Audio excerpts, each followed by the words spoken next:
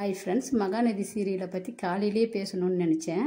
உண்மையிலே நம்ம பிரவீன் சாரோட கதைனா சீரியல்னால் அவ்வளோ அழகாக யதார்த்தமான ஒரு கதையும் நேச்சுரலாக நடக்கிற போல தான் கொண்டுக்குன்னு வருவார். அதனால தான் எல்லாருமே விரும்பி அவரோட சீரியலை பார்ப்பாங்க. இதில் நம்ம வீக்கா பக்காவாக நடிக்கிறாங்க.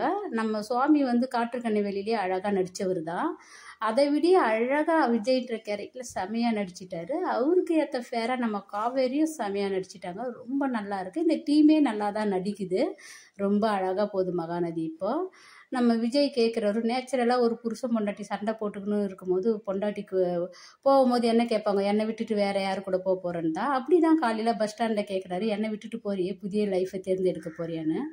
அவ்வளோ சடன்லி நம்ம காவேரிக்கு கோவம் வருது பாருங்க, என்ன பேசுகிறீங்கன்னு சொல்லிட்டு. உண்மையிலேயே இந்த இடத்துல அவ்வளோ ஒரு நேச்சுரலாக ஒரு அழகான முகத்தோட அழகான பாவனை எல்லாமே அழகாக இருந்தது இன்றைக்கி எபிசோடில்.